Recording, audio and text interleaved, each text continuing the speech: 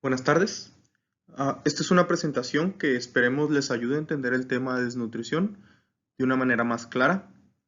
La gente tiende a pensar que la desnutrición no es tan mala como la obesidad, pero conforme se vaya viendo la presentación, se va a ver que la desnutrición puede llegar a ser tan mala como la obesidad o a veces peor.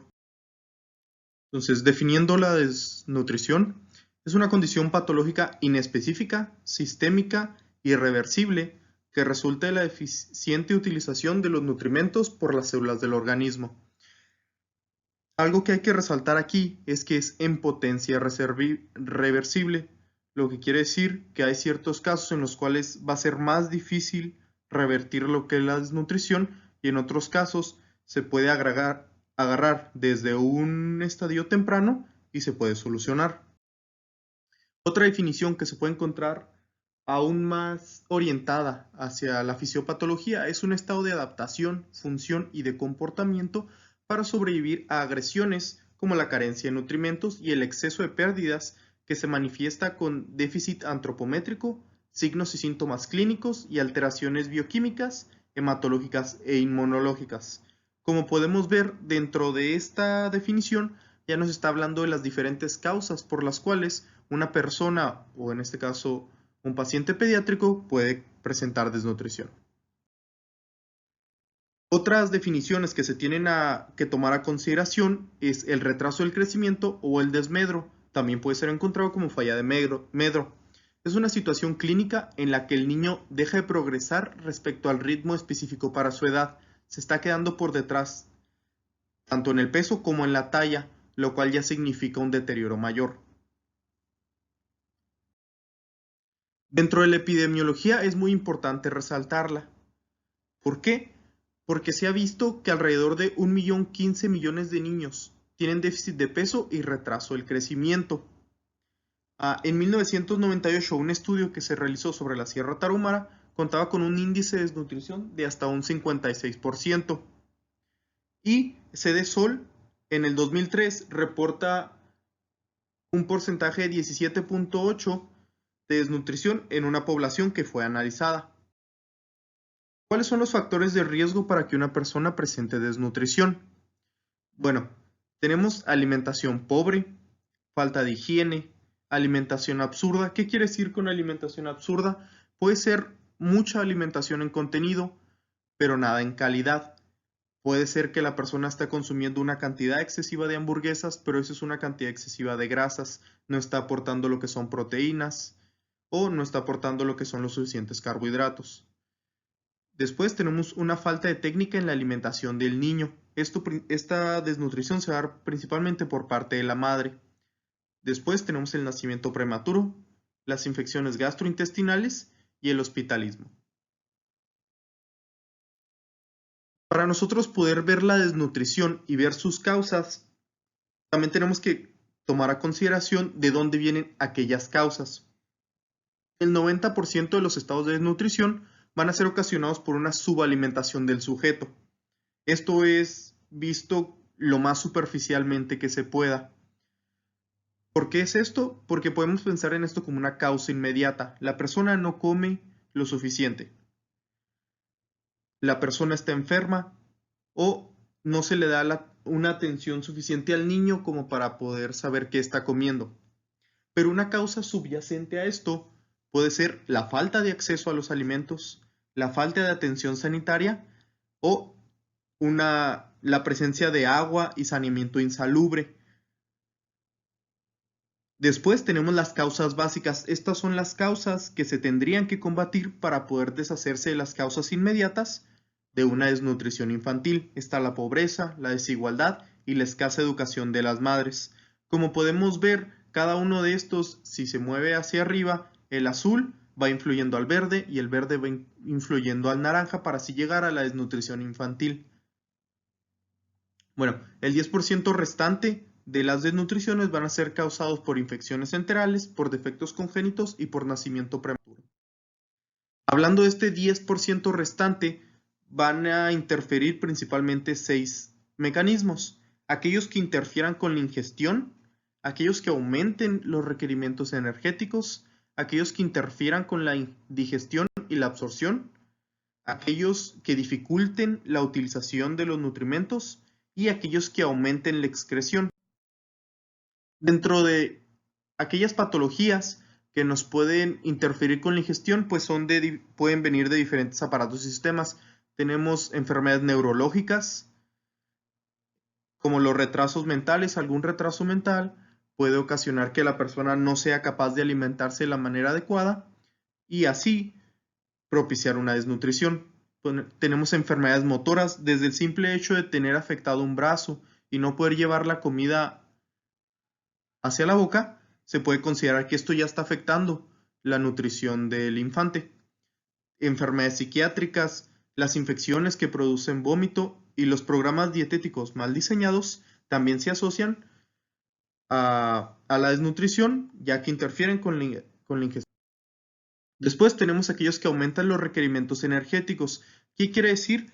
Que nosotros el aporte que en algún punto era suficiente para poder solventar las actividades que estamos realizando, en este punto no son suficientes. ¿Como qué? Como una infección crónica, como una quemadura, como un traumatismo múltiple, un hipertiroidismo y una insuficiencia cardíaca. Todas estas patologías van a incrementar los requerimientos de energía de nuestro cuerpo, por lo cual ahora nosotros deberíamos incrementar el aporte para así poder mantener a nuestro cuerpo en un balance neutro. Después tenemos aquellos que interfieren con la digestión y la absorción. Los podemos dividir principalmente en dos: en deficiencias congénitas de enzimas y en deficiencias de enzimas ya pasado un tiempo. Tenemos principalmente de enzimas digestivas, tenemos la enfermedad celíaca, tenemos la fibrosis quística del páncreas, tenemos una insuficiencia hepática, tenemos alteraciones de vías biliares y tenemos las infecciones enterales. Después tenemos aquellas que dificultan la utilización. Estas pueden venir, la verdad, de muchas partes. Tenemos la diabetes mellitus, que no nos va a permitir utilizar la glucosa. Tenemos las neoplasias, que el tumor que se está generando, la neoplasia que se está generando, está captando la mayor cantidad de energía de nuestro organismo y no nos está dejando utilizarlas para diferentes situaciones. Tenemos enfermedades congénitas del metabolismo de carbohidratos, tenemos hipoxemia por anemia, enfermedad pulmonar crónica, tenemos cardiopatías congénitas y tenemos hemocromatosis. Después tenemos el aumento de la excreción. ¿Qué quiere decir esto? Que lo que nosotros estamos aportando, pues en la mayoría de los casos está saliendo de manera más rápida, de la cual nosotros estamos siendo capaces de captar los nutrientes. Por ejemplo, tenemos la diarrea crónica, tenemos el síndrome nefrótico, acidosis tubular renal, quemaduras extensas, insuficiencia renal crónica, síndrome de Fanconi. Como podemos ver, muchas de estas son enfermedades renales, ya que el sistema renal es el que está encargado de la excreción por parte de nuestro cuerpo. Las quemaduras extensas, como sabemos, el hecho de que se queme la piel propicia una pérdida mayor de líquidos y una pérdida de nutrientes, ya que esa es una zona lesionada y el cuerpo está gastando mucha energía en tratar de reparar esa zona. Después, dentro de la fisiopatología, pues es muy importante entender la fisiopatología de la desnutrición, ya que si entendemos la fisiopatología, sabremos qué se le tiene que encontrar a una persona que presenta desnutrición. Entonces, la nutrición está íntimamente ligada con el fenómeno del crecimiento, así que se puede manifestar como un aumento, ¿qué es un aumento? Pues un balance positivo, o una disminución, un balance negativo de la masa y el volumen. Para esta plática, pues nos importa más lo que es la disminución, los balances negativos de masa y volumen. Hay 4 mecanismos que llevan a una desnutrición. El primero, la falta del aporte energético. Segundo, alteraciones de la absorción. Tercero, catabolismo exagerado. Y 4, exceso de excreción. Como podemos ver estos procesos como desde que la comida entra a nuestro organismo, desde que se consigue la comida hasta que ésta es desechada. Si lo seguimos en el orden, podemos encontrar las diferentes alteraciones que se encuentran. Ok, entonces, nuestro cuerpo es lo suficientemente astuto para darse cuenta que cuando le faltan nutrientes, perdón, puede utilizar los nutrientes de alguna otra parte. Si nosotros consumimos muchísima glucosa, la glucosa no está siendo utilizada, nuestro cuerpo la va a convertir en glucógeno. ¿Para qué? Para ser almacenado en el hígado y ser utilizado en un futuro si es que nosotros tenemos deficiencias de glucosa. Entonces, dentro de las primeras horas en las cuales se da una interrupción de energía, nuestro glucógeno se va a transformar en glucosa en el hígado y nos va a aportar energía para poder sobrevivir por esas horas. Si esta reserva se agota, va a empezar lo que es la gluconeogénesis.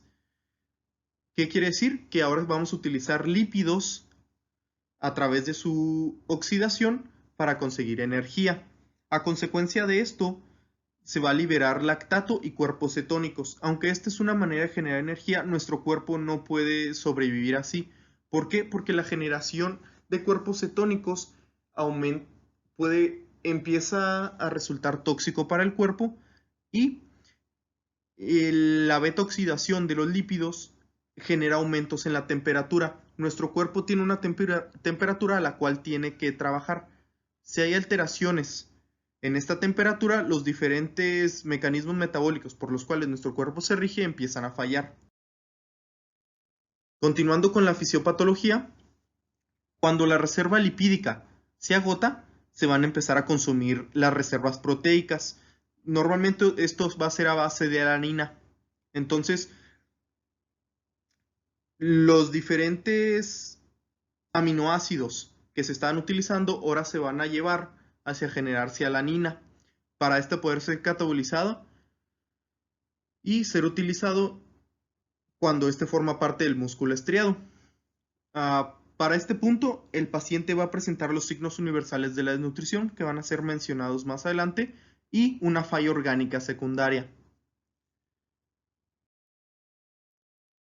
A continuación, pues tenemos la respuesta adaptativa del organismo. ¿Qué quiere decir? Nuestro cuerpo se tiene que adaptar a todo lo que le está sucediendo, a esta falta de aporte de energía. Entonces, en base a su composición corporal, pues va a haber una disminución del componente graso y va a haber una movilización proteica. ¿Qué quiere decir? Que la masa muscular va a disminuir. ¿Por qué? Porque ahora ya no... las proteínas que estamos utilizando en el músculo ahora se van a utilizar para generar energía. Después tenemos la respuesta a nivel endocrinometabólico. Este es más que nada importante en pediatría. ¿Por qué? Porque una disminución de la glucosa plasmática va a generar un aumento del glucagón. El glucagón es una hormona que se libera durante el estrés. Al liberarse durante el estrés, este va a favorecer la glucogenólisis y la lipólisis. ¿Para qué? Para conseguir energía. Como respuesta a este estrés va a aumentar la adrenalina y el cortisol conocida como la hormona del estrés, va a llevar igual a lipólisis y a catabolismo proteico. Se ha visto que cuando ya se está utilizando el catabolismo proteico, la elevación de los aminoácidos libres suprime el eje de la hormona del crecimiento. La hormona del crecimiento es muy importante en pediatría. ¿Por qué? Porque se va a encargar del crecimiento del niño. Como podemos ver, a nivel de los condrocitos, pues es la captación de glucosa. ¿Para qué? Para que se pueda generar el cartílago y el niño pueda seguir creciendo. A nivel del riñón, páncreas, intestino, islotes, para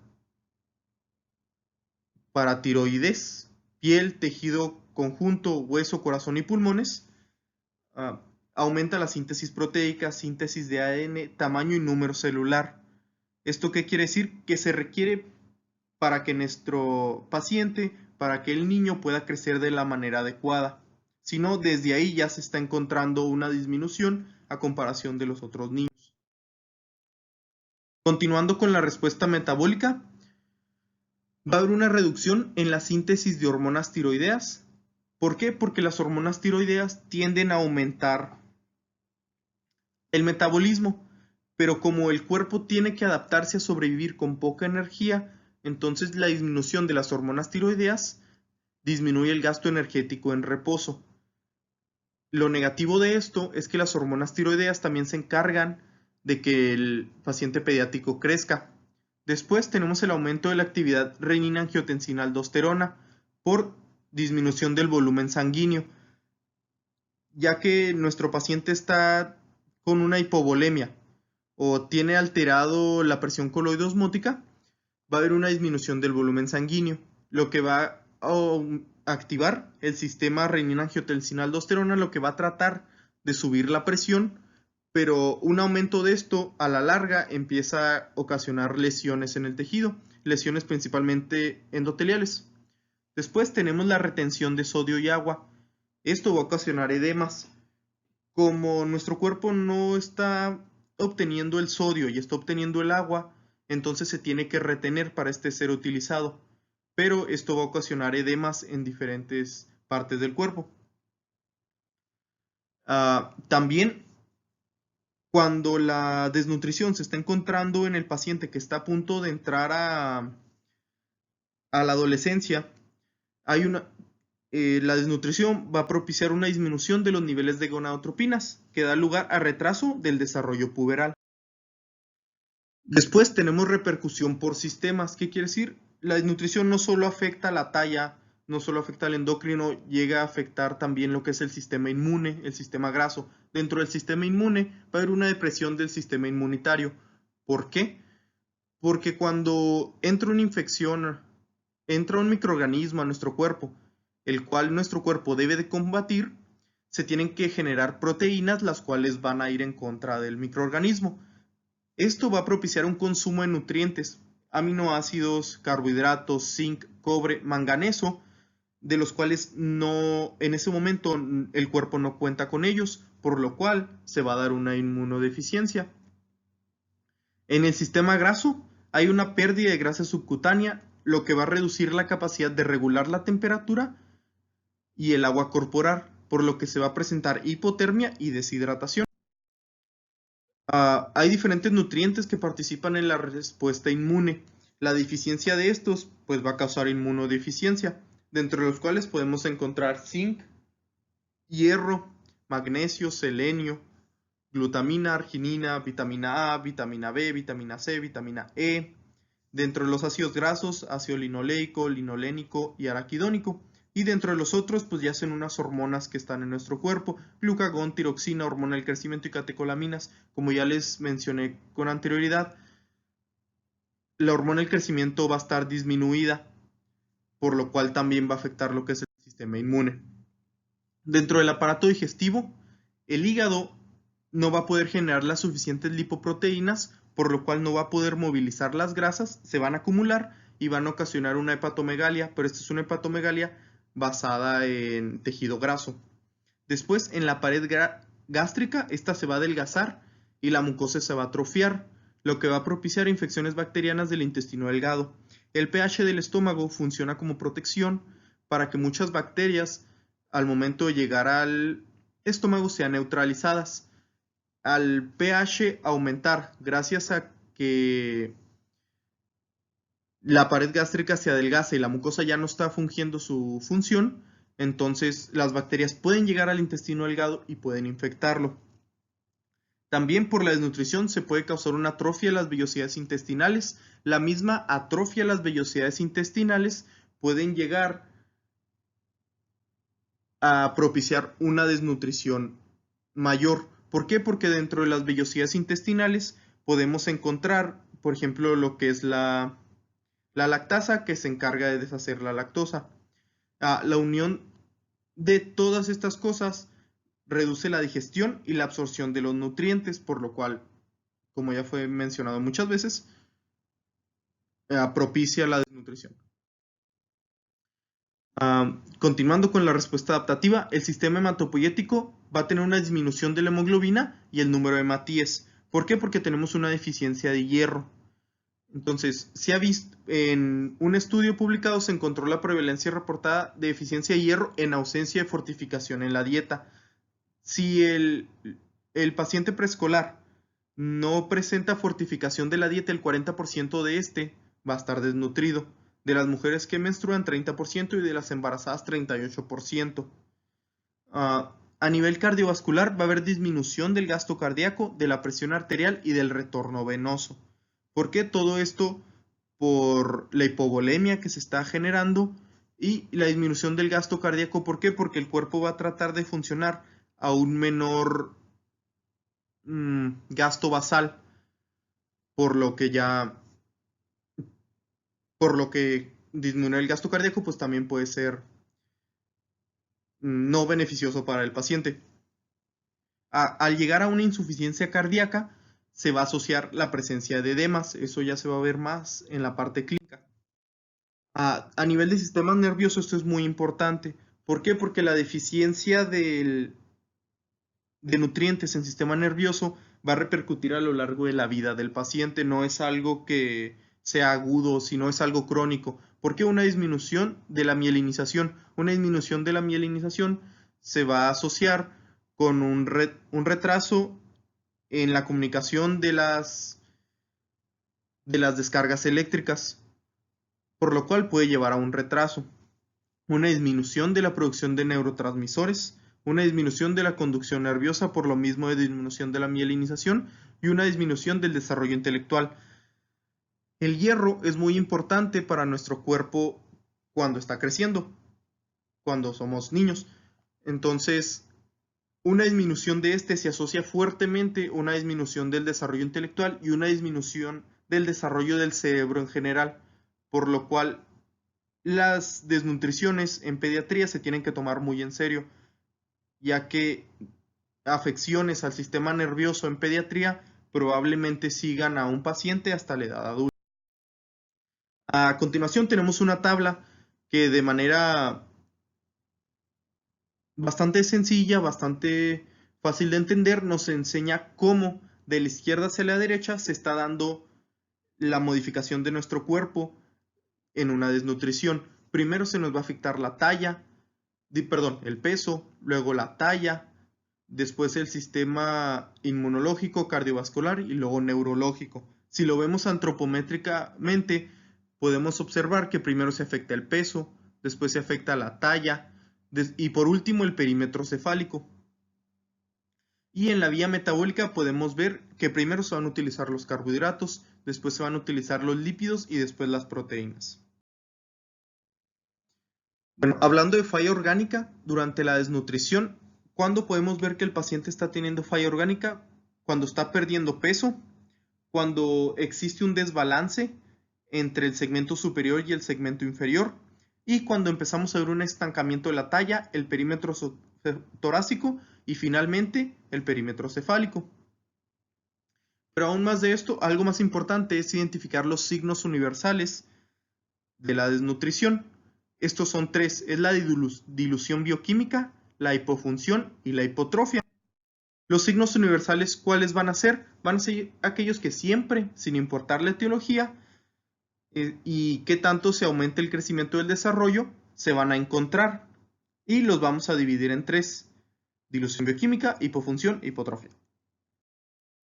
Dentro de la dilución bioquímica, debido a una hipoproteinemia que nosotros estamos sufriendo, debido a que no tenemos con qué generar las proteínas, se va a presentar una osmolaridad sérica disminuida. También gracias a que no tenemos de dónde conseguir los nutrientes, se va a encontrar una hiponatremia, una hipocalemia, una hipocalcemia, una hipomagnesemia, una anemia y una hipoalbuminemia.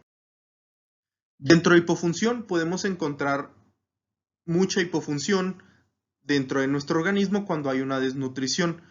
Para dar unos ejemplos, podemos encontrar un acortamiento y aplaneamiento de las vellosidades. ¿Qué quiere decir? Que ahora, gracias a la desnutrición, se nos está presentando esto, pero para futuro nos va a dar una mala absorción, lo cual va a propiciar una mayor desnutrición. Después tenemos una disponibilidad de hierro baja. ¿Qué quiere decir? Que el paciente va a presentar más cansancio. Vamos a tener anemia microcítica e hipocrómica. ¿Por qué? Porque el eritrocito es pequeño, porque no tiene los nutrientes, y el eritrocito no tiene hemoglobina. ¿Por qué? Porque no tiene hierro. Entonces el paciente va a estar pálido. Después, en sistema renal va a haber una disminución del peso y del flujo plasmático renal. Entonces, ¿qué se va a encontrar? Edema. Y así como se dieron esos ejemplos, en la tabla se muestran muchos muchos sistemas los cuales son afectados y la manifestación clínica con los cuales nosotros podemos asociar el sistema afectado. Después tenemos la hipotrofia. La hipotrofia pues va a ser a nivel de todo el cuerpo. Va a ser una disminución de la grasa subcutánea, disminución de la masa muscular, una degeneración neuronal, una depresión linfocítica del timo, una disfunción hepática, un aumento del tejido conectivo. La piel que podemos encontrar va a ser una piel seca, una piel fría, una piel serótica, una piel seborreica y una piel pelagrosa. Todo esto por deficiencia de las diferentes vitaminas y los diferentes minerales que se necesita para su correcto desarrollo. Después tenemos los signos circunstanciales. Los signos circunstanciales no se van a encontrar siempre. Se van a encontrar cuando el paciente ya tiene una desnutrición moderada a severa. Por ejemplo, si a nuestro paciente le encontramos alteraciones dermatológicas y en mucosas, se puede sospechar de una pelagra. ¿Qué es la pelagra? Una deficiencia de niacina. También, si en nuestra exploración de piel y faneras encontramos uñas frágiles, cabello delgado y quebradizo con decoloración, podemos pensar en un déficit de zinc. Este déficit de zinc también se asocia al signo de la bandera que podemos encontrar en el cabello. Otras cosas que podemos encontrar es edema, temblores o rigidez muscular, raquitismo, que es una deficiencia de vitamina D, o escorbuto, que es una deficiencia de vitamina C.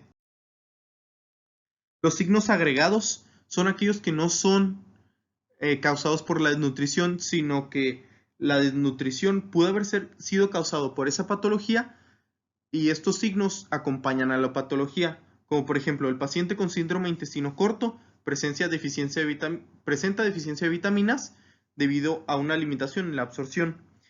Y la fiebre que puede presentar un paciente con infección, la fiebre no es por la desnutrición, sino es por la infección.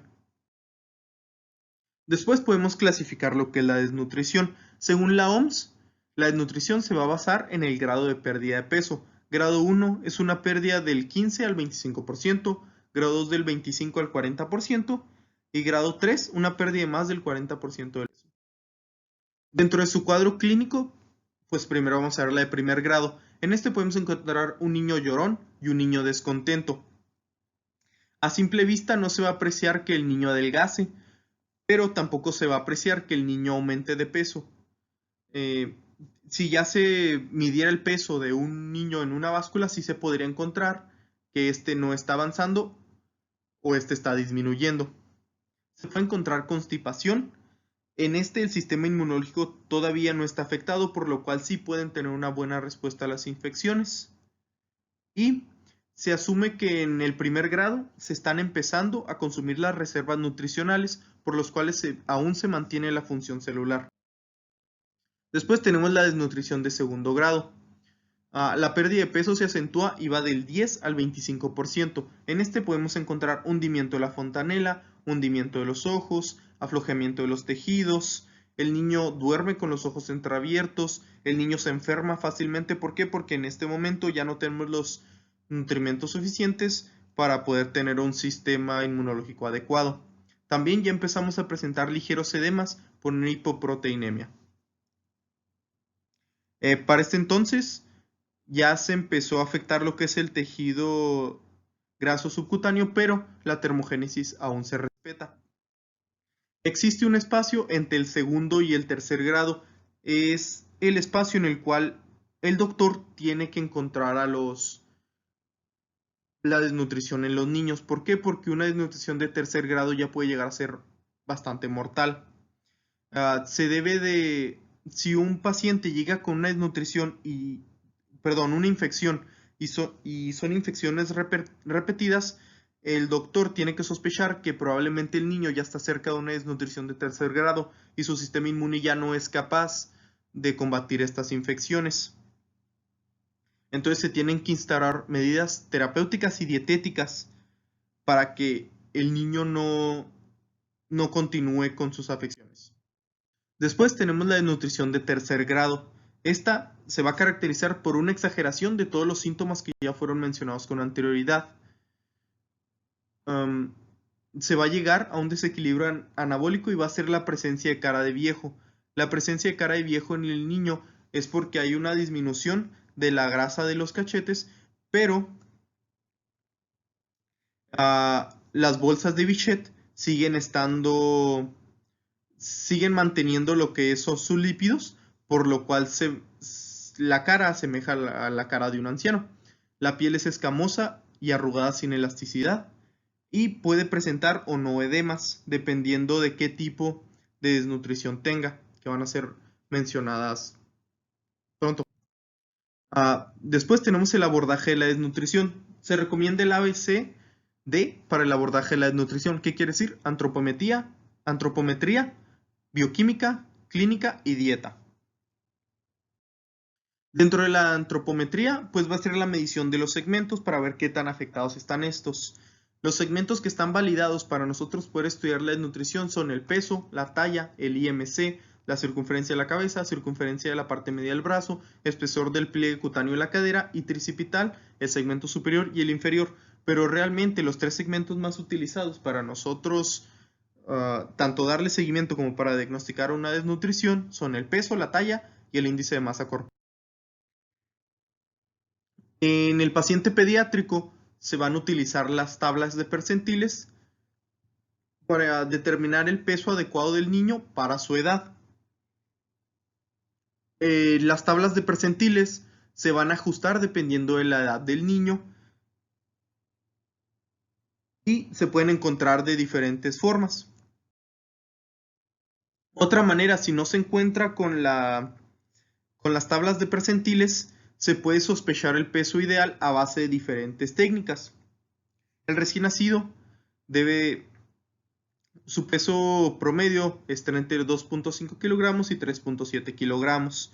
De los 3 a los 12 meses se tiene que calcular utilizando la edad en meses más 9 entre 2. De 2 a 6 años es la edad por 2 más 8.5. Y de 7 a 15 años es la edad por 3 más 3. Otros datos para recordar que nos pueden ayudar a fácilmente saber que un niño no está en su peso adecuado es que el niño durante sus primeros 4 meses debe aumentar 750 gramos por mes. Durante sus segundos 4 meses, 500 gramos. Durante sus terceros 4 meses, 250 gramos. Del año a los 2 años, cada mes debe aumentar 250 gramos. Y de los 3 a los 6 años, pues ya se utiliza la tabla que está a su lado derecho. Existen muchos percentiles, los cuales no les leeré todos, pero todos estos percentiles se van a encontrar en la OMS. Es IMC para la edad, peso para la edad, peso para la longitud, peso para la edad. Todos estos pueden ser utilizados, pero como ya mencioné con anterioridad, peso para la edad, IMC para la edad, peso para la estatura, peso para la longitud y longitud y estatura para la edad van a ser los que más van a ser utilizados. Aquí son unos ejemplos de cuáles pueden encontrar. Este es un percentil de peso para la edad. Este también, como ver, este es rosa es para la mujer, azul es para el hombre. Después tenemos la clasificación por grado del Dr. Gómez. En México la desnutrición se divide en 3, en leve, moderada y severa. Nosotros vamos a encontrar el peso real del paciente entre el peso que les corresponde para la edad y vamos a encontrar el porcentaje de peso para la edad. Ya lo vamos a evaluar de 0 a 10% normal, de 10 a 24% leve, de 25 a 40% moderado y más de 40% ya va a ser severo. Como ya les mencioné con anterioridad, esto es muy parecido a cómo lo maneja la OMS. Después tenemos la clasificación de Waterloo.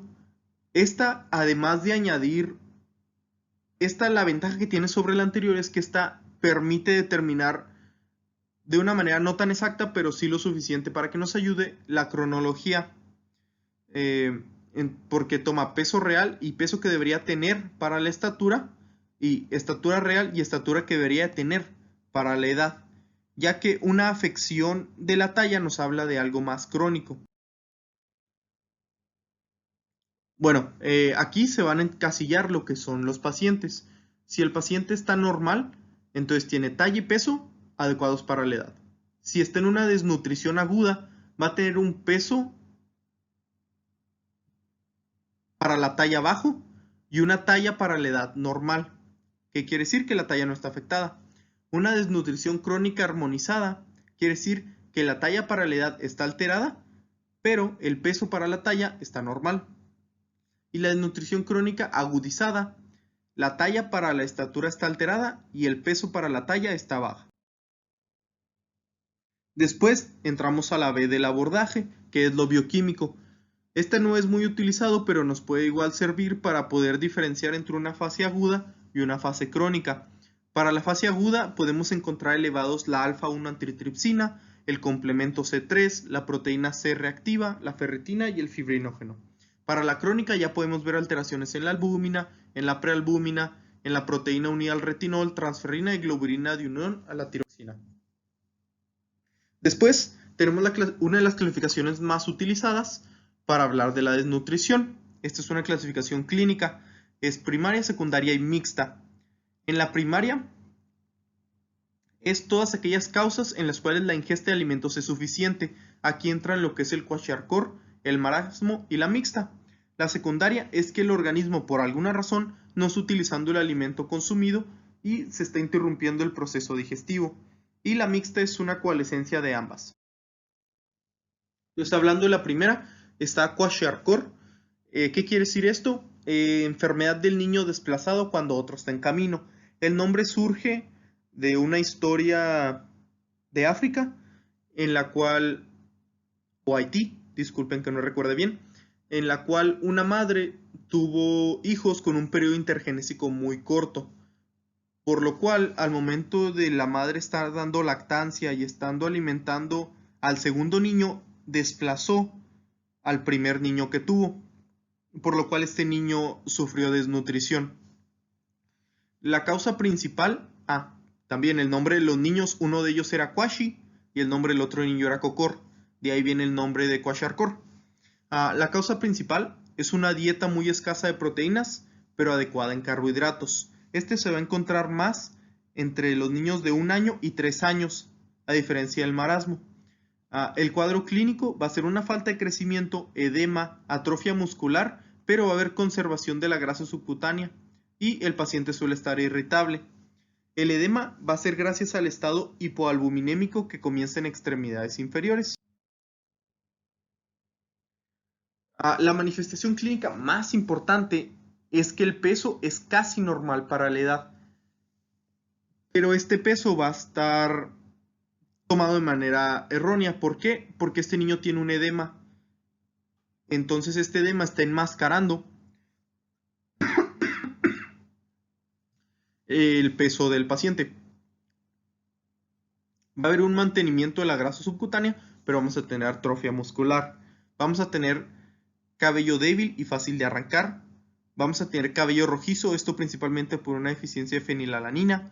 Vamos a tener el signo de la bandera, atrofia de las papilas filiformes de la lengua y una hipoactividad intestinal. Aquí tenemos un resumen, consúltelo cada vez que quieran, de lo que se pueden encontrar de las características del kwashiorkor. Después tenemos el marasmo. Este va a ser principalmente causado por una dieta deficiente tanto de proteínas como en calorías, pero principalmente se van a afectar lo que son los carbohidratos. Así es como podemos diferenciarlo de lo que es el kwashiorkor, y va a aparecer principalmente en el lactante. Entonces, el cuadro clínico es una falta del crecimiento y una consunción de los músculos. Eso se le puede decir como que el organismo se empieza a comer para poder conseguir energía y grasa subcutánea. El paciente tiene cara de viejo, pelo delgado y seco, y el paciente puede presentarse con bradicardia e hipotermia. También se puede encontrar un abdomen plano.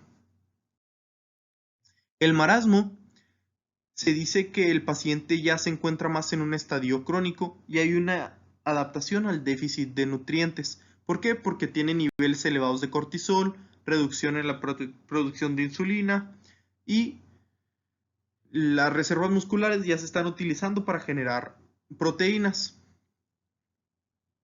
Y esta principalmente se va a asociar a un destete temprano. Y igual una tabla que pueden consultar cada vez que quieran para poder encontrar las diferencias entre el marasmo y el kwashiorkor. Después tenemos la mixta. ¿Qué quiere decir esto? Es un paciente que va a tener una desnutrición marásmica que se va a agudizar con un proceso patológico. Si es marásmica, podemos considerar que es crónica. El proceso infeccioso solo va a agudizar esta desnutrición que el paciente ya tiene, lo cual va a aumentar el cortisol, lo que ahora el paciente tenía como una adaptación crónica que le estaba ayudando a sobrevivir, ahora ya no va a ser suficiente porque ahora está combatiendo una infección, lo que va a disminuir aún más la producción de proteínas y va a desencadenar aún más edema. Dentro de su tratamiento, pues el tratamiento va a constar en eliminar los agentes etiológicos que dan origen a la desnutrición. Para desnutrición de primer y segundo grado, se debe dar una dieta generosa, balanceada, completa y variada. Debe ser sencilla de ingerir y deben ser alimentos que llamen la atención del paciente. Puede avanzar de una dieta líquida, luego blanda y por último una dieta completa. Este paciente puede ser tratado de manera ambulatoria. Pero la desnutrición de tercer grado ya es algo más pues, grave. Entonces se tienen que corregir las alteraciones hidroelectrolíticas, se deben administrar antibióticos en caso de que haya una infección. La introducción alimenticia es gradual, la fase líquida dura más. Se deben aportar proteínas de alto valor biológico. ¿Cuáles son esas proteínas? Pues son proteínas que se obtienen a partir de la carne, ácidos grasos esenciales, vitaminas y minerales y el manejo de las manifestaciones agregadas. Estas son las estrategias que se pueden utilizar para aumentar la ingesta energética. Después tenemos el tratamiento ulterior. Esta parte del tratamiento es muy importante. ¿Por qué? Porque si esto no se soluciona, el paciente va a volver a presentar lo que es una desnutrición. Entonces, la educación a los padres para que sepan lo que es una desnutrición en el niño y no se repita. La administración de hierro oral para poder llegar a un conteo normal de eritrocitos y un conteo normal de hemoglobina, así no entrar en anemia. También se tienen que tratar las infecciones, ya que las infecciones van a propiciar de nuevo el desarrollo de la desnutrición.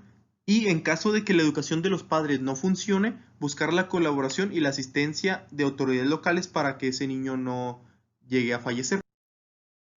Ya por último, se debe tomar a consideración que en el paciente que tiene un grado 3 de desnutrición, se puede encontrar el síndrome de realimentación.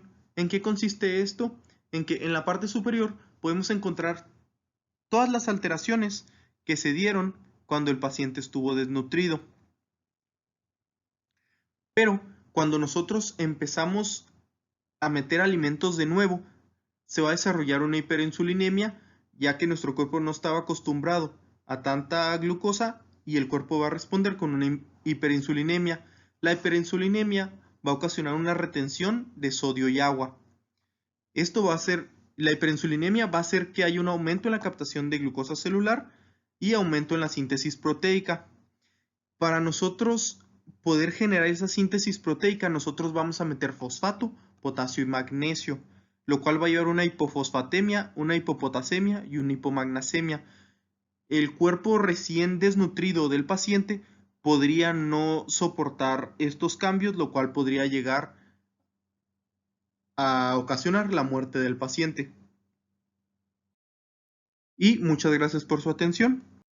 Esta es la bibliografía que consulté, cualquiera de ellos pues se encuentra en el respectivo link. Muchas gracias.